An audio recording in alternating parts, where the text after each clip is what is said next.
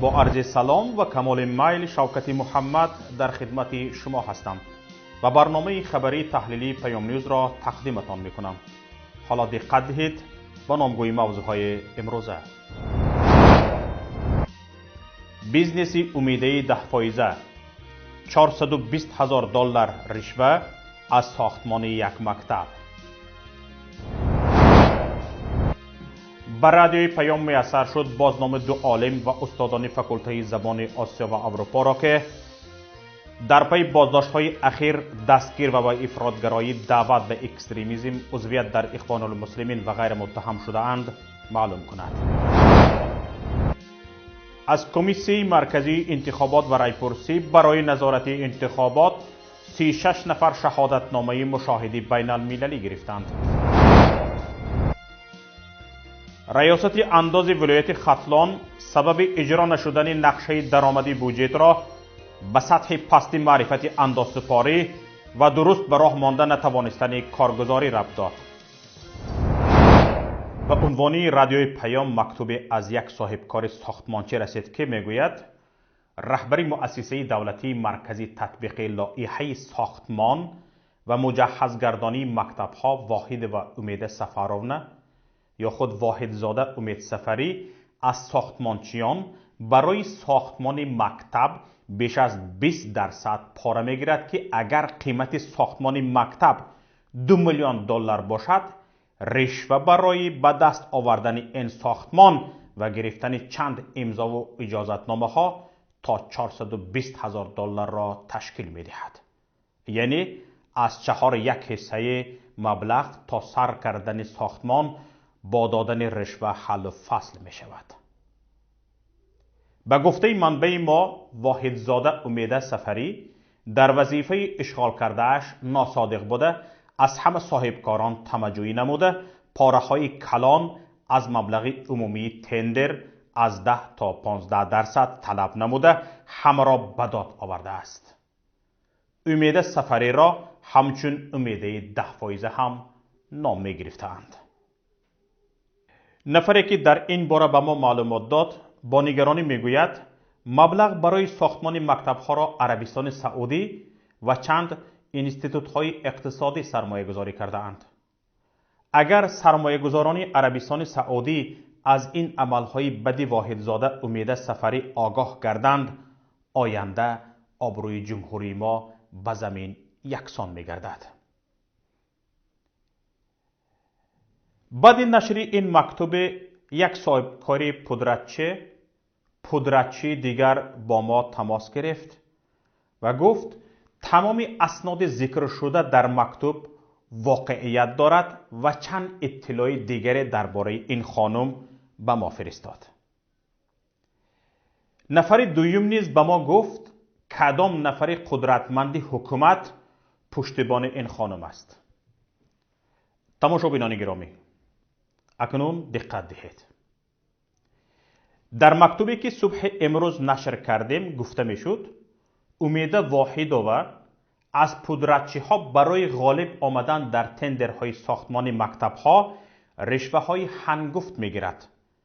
برای مثال اگر مبلغ عمومی ساختمان مکتب به $2 میلیون ایالات متحده آمریکا برابر باشد، واحدوه پیش از اشتراک در تندر از 3 تا 5% از مبلغ عمومی، یعنی از 60 تا $100,000 ایالات متحده آمریکا را می رویاند.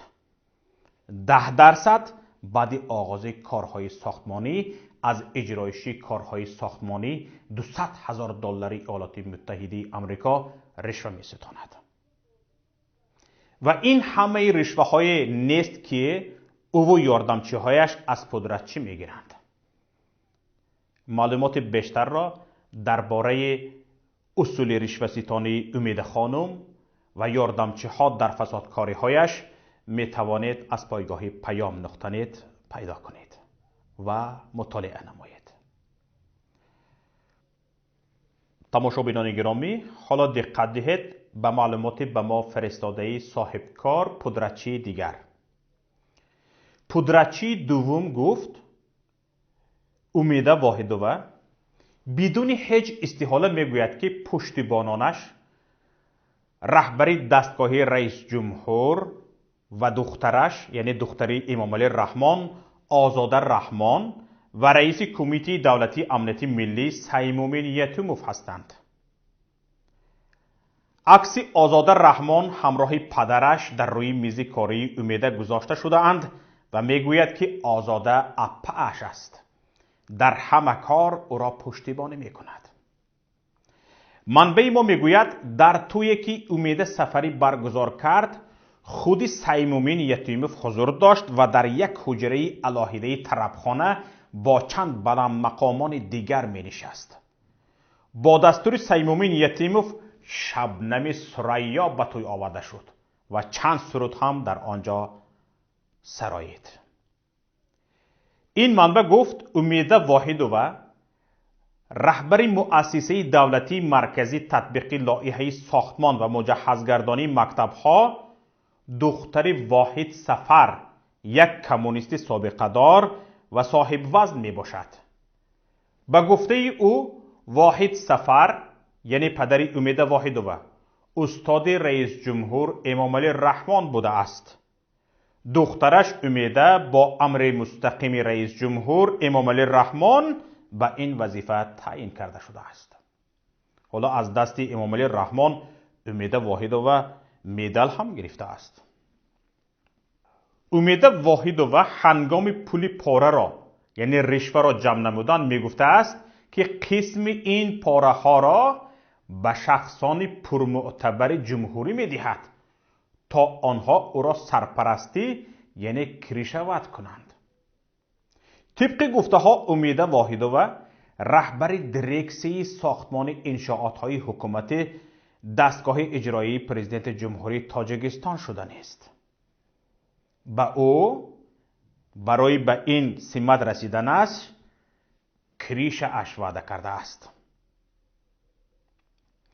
چنین سخنان را از دهان خود این زن و در صحن مؤسسه دولتی مرکزی تطبیق لایحه ساختمان و مجهزگردانی مکتب‌ها بسیار شنیدن ممکن بوده است. مالک اموال زیاد منقول و غیر منقول بودن واحدووا را منبع ما تصدیق کرده گفت که خانه اساسی ودونگ و گدگنگ او در مرکز شهر دنغره قرار دارد. در عکس‌هایی که این منبع ارسال کرد دیده می شود که امیده واحدووا چند ماشین قیمت بها دارد و واقعاً دوستدار گرفتن تحفه‌های گران ارزش هم می باشد. گلها را بینید. این پودرچی دیگر نیز گفت مبلغی هنگفتی را برای ساختمان یک مکتب به واحدووا رشوه داده است و ضمن ساختمان مکتب آنقدر از جانب او غارت شده است که بعد انجام ساختمان مفلس و حتی از واحدووا قرضدار باقی مانده است. وضعیت کشور را دیدید؟ محترم تماشابینان گرامی، این نهنگان آدم صورت کشور را به چه حال آورده رسانیدند؟ صدها دهه کشور مکتب ندارد. کودکان در وگان، خانه ساکنان، ویرانه ها و حتی عاقل درس میخوانند. در بودجه برای ساختمان مکتب پول نیست و صاحبکاران را مجبور کرده ایستادند که مکتب سازند. سخنان رئیس جمهور در پیامش را شنیدید؟ هر یک دقیقه میگفت صاحبکاران مکتب بسازید، باغچه بسازید. امام علی رحمان رئیس جمهوری تاجیکستان با گردن کج به سعودی و دیگر کشورها می رود تا شیخ‌های عرب برای ما مکتب سازند. سالانه میلیون ها دلار از والدان برای تعمیر مکتب ها پول جمع می کنند.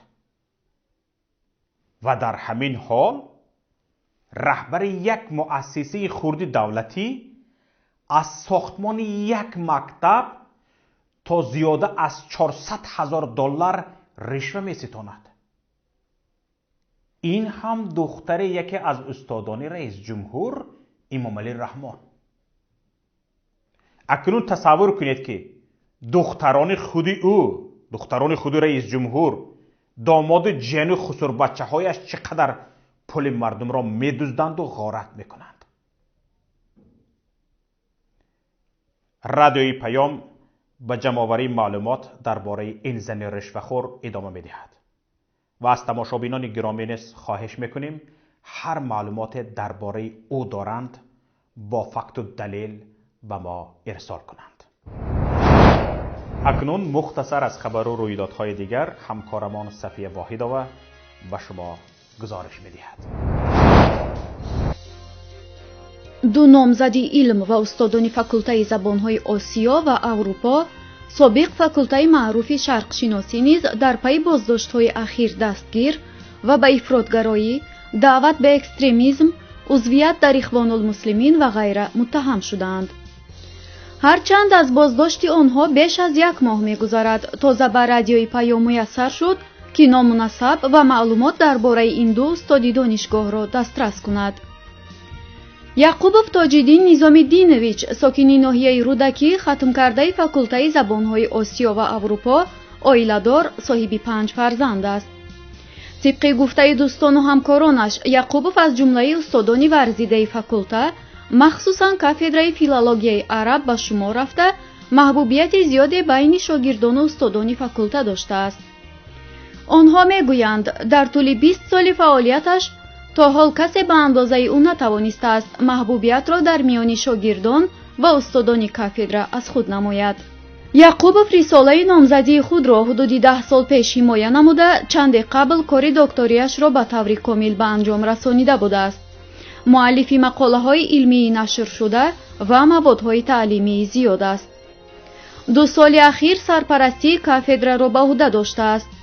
استاد دیگر این فاکولته، سعید بلال، ختم کرده فاکولته شرقشناسی، معلم کلان کاتدرای فیلولوژی عربی فاکولته زبانهای آسیا و اروپای دانشگاه ملی تاجیکستان نیز بازداشت شده است. او همچنین ختم کرده شعبه ماجستری فاکولته زبانهای آسیا و اروپا می باشد.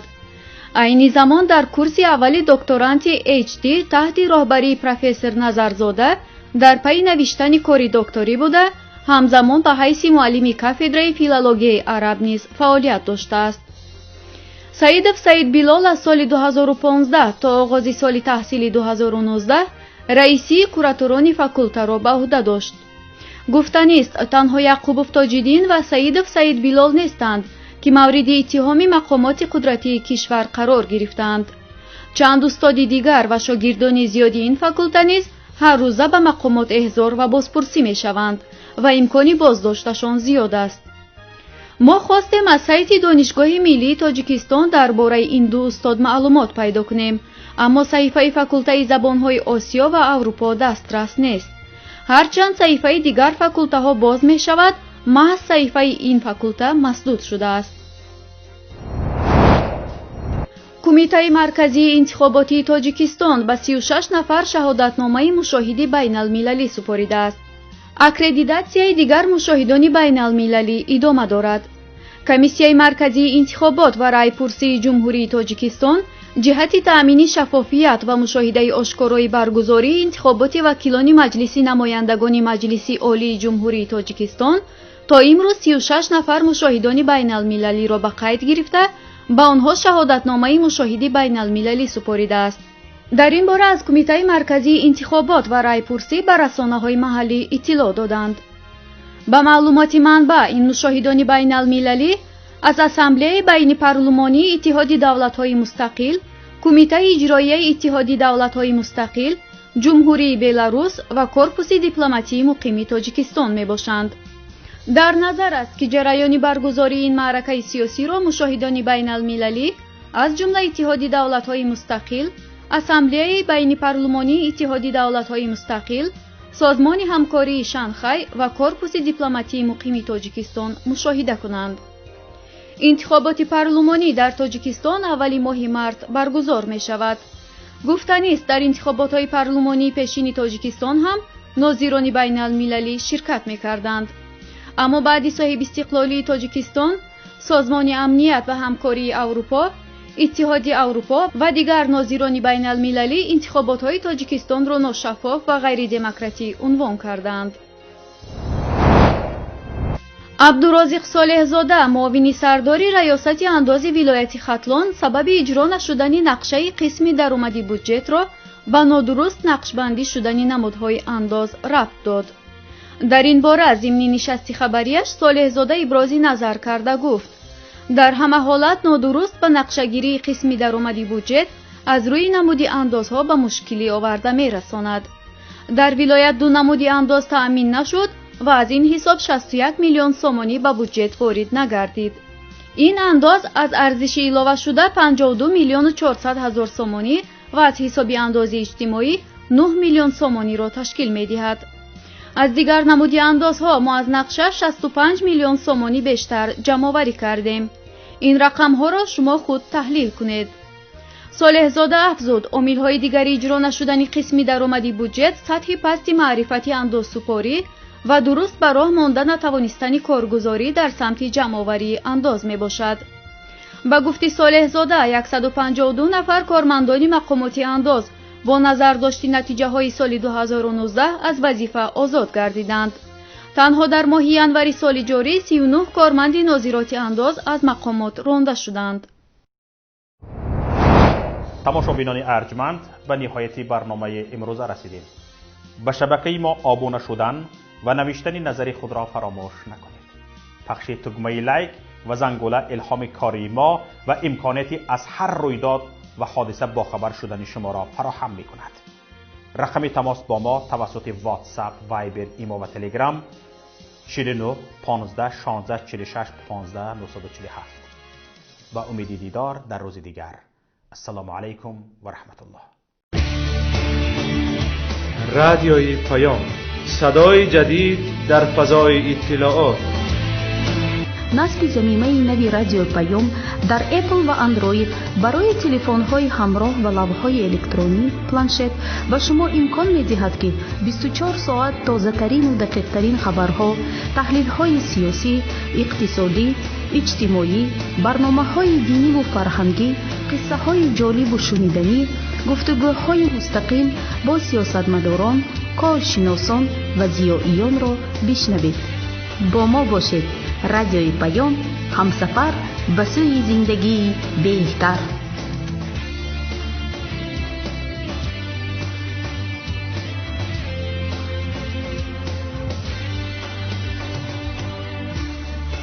در تمام دنیا روی رسانه اینترنتی رادیو پیام .net